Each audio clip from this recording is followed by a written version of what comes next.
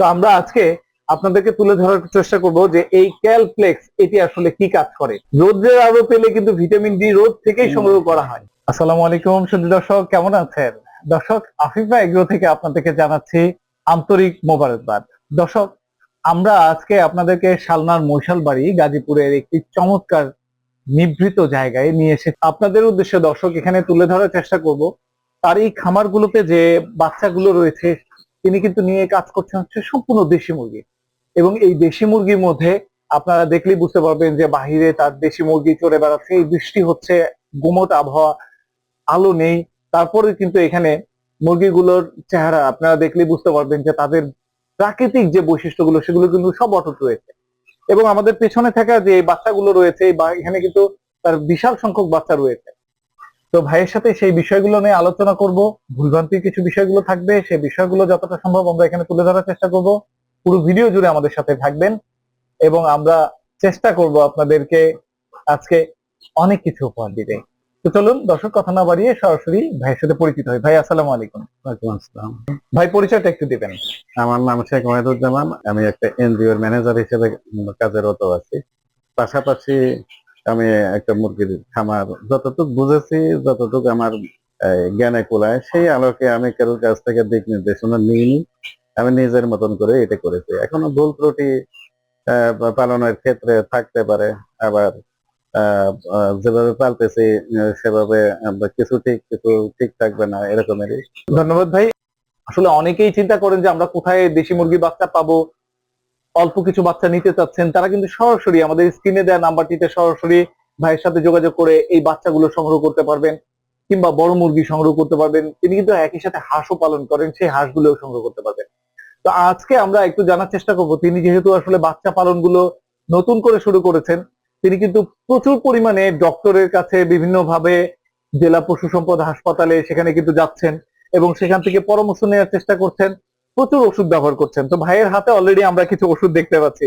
ভাই, আমরা যে ওষুধগুলো দেখতে পাচ্ছি এখানে জিঙ্ক ভ্যাট আপনার এখানে খামারে যে ব্যবহার করছেন সেটা কেন ব্যবহার করছিলেন, আপনি একটু আগে যেটা জানতেন সেই বিষয়টা আমাদের জানাবেন। আমি আসলে মূলত এটা ক্যালসিয়াম প্রয়োজন তাদের, আচ্ছা, এই হিসাবে এতটুকু বুঝে তাদেরকে আচ্ছা আমি আচ্ছা। এটা দিচ্ছি। এটা আপনি ওষুধগুলো কোথা থেকে নিয়েছিলেন? এটা আমি শালনা বাজার থেকে। শালনা বাজার থেকে। আর এখানে রয়েছে আরো একটি ওষুধ দর্শক, এটা হচ্ছে ক্যালপ্লেক্স। এই ক্যালপ্লেক্সটা আপনি কি কারণে ব্যবহার করছেন? এটা হচ্ছে এই পশম ওদের ওঠার জন্য এবং হাড় শক্ত শক্ত করার হওয়ার জন্য। জন্য। হ্যাঁ, এটা এটাও কি আপনি একই সাথে ফার্মেসি থেকে নিয়েছেন? জি।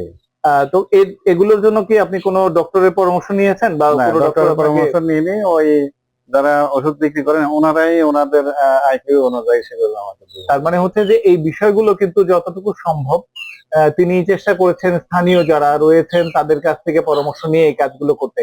অভিজ্ঞজনদের কাছ থেকে পরামর্শ দিয়ে কিন্তু সেই পরামর্শের মান এবং তার মাধ্যমে কিন্তু ওষুধের ব্যবহার সীমিত হয়ে যায়। তো আমরা আজকে আপনাদেরকে তুলে ধরার চেষ্টা করব যে এই ক্যালপ্লেক্স এটি আসলে কি কাজ করে। দর্শক, এই ক্যালপ্লেক্সটি হচ্ছে ক্যালসিয়াম এবং ভিটামিন ডি, ক্যালসিয়াম এবং ভিটামিন ডির সংমিশ্রণ। এই ক্যালসিয়ামের কাজগুলো কি আমরা খুব সহজভাবেই জানি। আমাদের শরীরের সব হাড়, নখ, চুল, এই পুরো জিনিসগুলো যা কিছু আছে ত্বকের অস্থি এবং নরম অস্থি যেগুলো আছে সেগুলো সবই তৈরি হয়ে হচ্ছে এই ক্যালসিয়ামের দ্বারা। এবং ক্যালসিয়াম যখন শরীরে রক্তে ঘাটতি হয়, রক্তের একটা উপাদান হচ্ছে আরবিসি, রেড ব্লাড সেল, লোহিত রক্তকণিকা, তখন কিন্তু ক্যালসিয়াম এর মাধ্যমেই কিন্তু এই লোহিত রক্তকণিকা তৈরি হয়। এবং সেই ক্ষেত্রে তখন কিন্তু হাড়ের থেকে ক্ষয় করে সেই ক্যালসিয়ামটাকে বের করে নিয়ে কিন্তু সে আবার রক্তে নিয়ে যায়। তো এই যে পরিস্থিতি, সেটার কারণে যখন এক জায়গায় শর্টেজ হবে তখন কিন্তু অন্য জায়গা থেকে সে পূরণ করার চেষ্টা করে। এই যে ঘাটতি, সেই ঘাটতিগুলো রোধ করার জন্য কিন্তু এই ক্যালপ্লেক্সটা ভীষণভাবে কাজে লাগে। আমরা কি কি কাজে দর্শক এটা ব্যবহার করব? মূলত প্রথম যে বিষয়টা সেটা হচ্ছে আমরা যদি কোনো মুরগি দেখি দাঁড়াতে পারছে না, সে পা ভেঙে বসে পড়ছে, তাহলে বোঝা যাবে যে তার এগুলো হাড় দুর্বল হয়ে আছে। সেই জন্য এই ক্যালপ্লেক্সটা প্রয়োজন। এর সাথে ভিটামিন ডিটা দেয়া আছে। ভিটামিন ডি দেওয়ার উদ্দেশ্য হচ্ছে অনেক সময় অনেক মুরগি সরাসরি রোদ্রের আলো পায় না, রোদ্রের আলো পেলে কিন্তু ভিটামিন ডি রোদ থেকেই সংগ্রহ করা হয়, এটা কিন্তু আর নতুন করে লাগে না। তো যখন এই ক্যালসিয়ামটা আপনি অতিরিক্ত হয়ে যাবে শরীরে, তখন সেটা কিন্তু হাড়ে ঢুকবে না যদি ভিটামিন ডি না থাকে। তাহলে এই ভিটামিন ডিটা কাজ করে হচ্ছে ক্যালসিয়ামটাকে হাড়ে ঢোকানোর জন্য। এখন ক্যালসিয়াম প্রচুর পরিমাণে দিচ্ছেন কিন্তু তারপরেও হাড় শক্ত হচ্ছে না, তার পিছনে কারণটাই হচ্ছে ভিটামিন ডি নাই। এখন এই জন্য ক্যালপ্লেক্সটা এভাবে তৈরি করা যে প্রতি 1 লিটার পানিতে আপনি 1 ml পরিমাণ দিলেই কিন্তু যথেষ্ট। এতে করে তার কিন্তু বড় দুইটা সমস্যার সমাধান হয়ে যাবে। এক হচ্ছে হাড়, নখ, যে সমস্ত নরম অস্থি, লোম, এগুলো বেড়ে উঠবে সুন্দরভাবে। 2 নম্বর হচ্ছে রক্তে রেড ব্লাড সেলের পরিমাণ যদি কমে যায়, সেই রেড ব্লাড সেলের পরিমাণটাকেও বাড়াবে। আরবিসি, আমরা লোহিত রক্তকণিকা, এটার পরিমাণও কিন্তু বাড়াবে।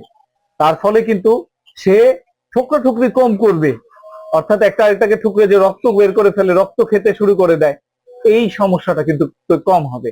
এটাকে ডক্টররা ক্যানাবলিজম বলে। ক্যানাবলিজম অর্থাৎ নিজেদের মধ্যে টুকরি করে মারামারি করে মেরে ফেলা, এই জিনিসটা কিন্তু প্রতিহত হয়ে যাবে। তো আমরা ক্যালসিয়াম কিন্তু চমৎকার ভাবে এই দুটো কাজে ব্যবহার করতে পারি। আর পাশাপাশি ভাই যে জিনিসটা আসলে জানতেন, জিঙ্ক সালফেট যে প্রিপারেশনটা, এটা মূলত হচ্ছে এমন একটা উপাদান, সে কিন্তু নিজে সরাসরি খুব বেশি কিছু কাজ আমাদের করতে পারে না, কিন্তু সে শরীরে থাকা অন্যান্য যে সমস্ত হরমোন গুলো আছে, সেই হরমোন গুলোকে নিয়ন্ত্রণ করার সহযোগিতা করে। এখন আমরা জানি আমাদের থাইরয়েড গ্রন্থিতে যাদের সমস্যা থাকে, তারা যদি প্রতিদিন 20 মিলিগ্রাম করে একটা ট্যাবলেট, ছোট ট্যাবলেট, সেটা হয়তো বাজারে 1 টাকা বা 2 টাকা করে কিনতে পাওয়া যায়, বা অনেক সময় 30 পয়সা 50 পয়সাও পাওয়া যায়।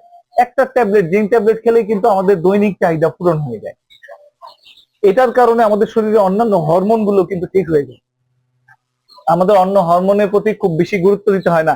ঠিক মুরগির ক্ষেত্রেও, অন্যান্য যে কোনো পানির ক্ষেত্রেও এই জিঙ্ক সালফেটটা কিন্তু একই কাজ করবে, তার সমস্ত হরমোন গুলোকে ঠিক করে ফেলবে। ফলে অনায়াসে এই হরমোনের কারণে গরম থেকে ঠান্ডা লাগা, ঠান্ডা থেকে গরম লাগা, এই বিষয়গুলো কিন্তু কমে যাবে।